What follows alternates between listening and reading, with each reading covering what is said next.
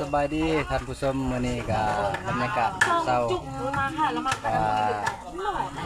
สิพาพี่น้องมาเบิ่งมาชมวิถีชีวิตชนเผ่ากระโดดพี่น้อง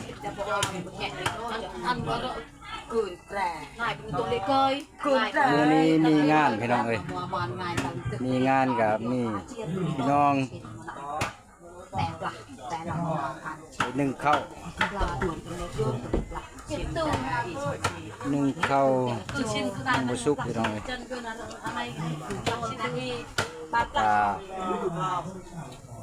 ล้างเฮ็ดอาหาร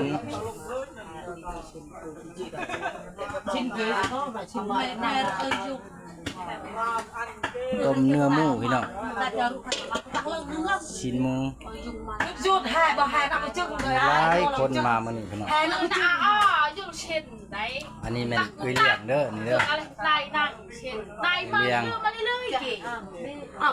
เจ้าเป็นนึ่งข้าวเนาะนึ่งข้าวหลายคนผู้พักลาบเนาะเจ้าเป็นพักลาบนี่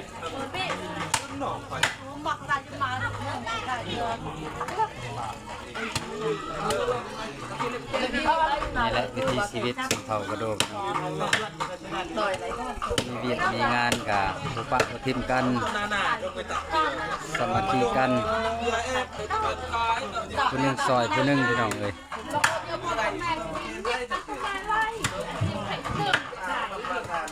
đây mà chứ đẹp mà bên hàng cái nào lịch đài của đẹp ba bạn đi là chơi sạch dồn riêng mày cổ tết trái đi cổ tết nó cho ฝากให้พี่น้องกดไลค์กดแชร์กดติดตาม2 YouTube บ่าวมวยวิไลในเด้อเพื่อจะได้กำลังใจได้เบิ่งได้ชมบรรยากาศในหมู่บ้านชนบทมื้อนี้เขาเจ้ามีงานเนาะมีงานกับล้างผักล้างหญ้าเอามาเนี่ยตาเนาะเอามางานหมดเนาะอ๋อ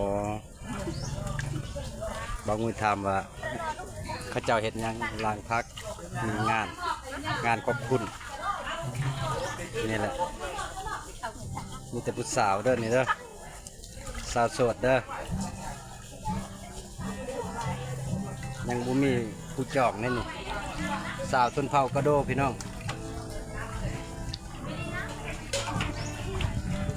มีแฟนแล้วบ่ให้มีแฟนมีแฟนนะคะวัดกระโดด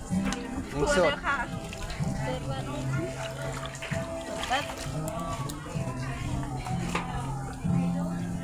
เฮ็ดงานนี่กินยังบ่กินหมูอ๋อใจเด้อนี่พี่น้องกำลังเฮ็ดอาหาร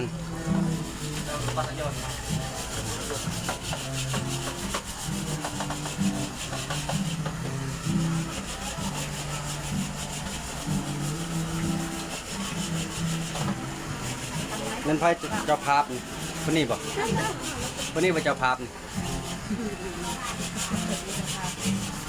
งานดองบ่งานขอบคุณโอ้เดี๋ยวตักเทียบได้กิน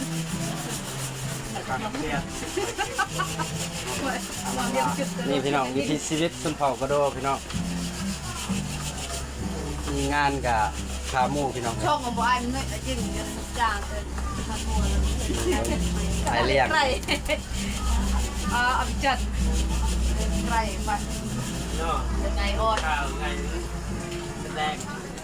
วิถีชีวิตชนเผ่ากระโดพี่น้องถ้าว่ามีงานกับบ่ได้ปะกันพี่น้องสามัคคีกันพี่น้องนี่แหละการ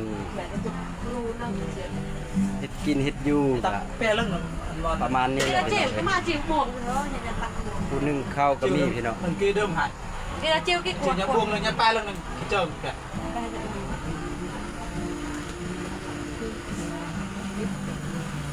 อะไรเราบรรลุคูณ มา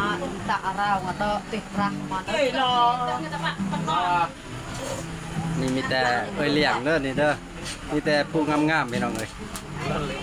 งามงามเลี้ยงน้ำชากินน้ำจ้า เห็นบอกเพิ่นตอบว่าคันว่าขี้ไล่กะข้าเจ้าเพิ่นบ่กินพี่น้องเอ้ย เอ้พี่ตาหน้าไงกินไข่ผิดที่ร้านแล้วพี่กินอะไรแบบเต็มน้ำนา คันคนขี้ไล่กะข้าเจ้าเพิ่นบ่กล้ากินมันล่ะ ตอน แรกตอนรักแรกตอนมาพูดรัก เอาขอบใจหลายๆเด้อ FC ฝั่งลาวและฝั่งไทยเนาะได้รับชมเบิ่งนำกันพี่น้องนี่คือวิถีชีวิตชนเผ่ากระโด น้ำคูไม่เยอะหมดเริ่มใหม่ มาพี่น้องมากินข้าวน้ำกัน เห็นหน้าห้ามลำบากหันเห็นเนาะ แตก แจ๊มาเด้อเรชิมอาหารนี่ก็คือว่าคนนั้นนะบำรุงมือหนึ่งแต่บำรุงมือหนึ่งละ จับตัวเล็ก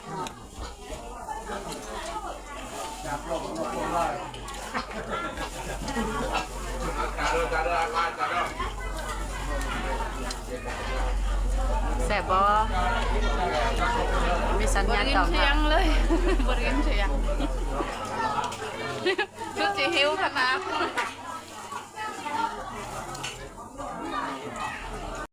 บรรยากาศฝนตกพี่น้องเอ้ย โอเคโอ้ย ข้าเจ้าเพิ่นทามตู้พี่น้อง พี่น้องคนละแกะปวดนิดเนี่ย เอาเฮาสิพาไปเบิ่งอยู่เทิง ก็ เพื่ เล่ อน นเกินกว่า ไปนำกันเลยพี่น้อง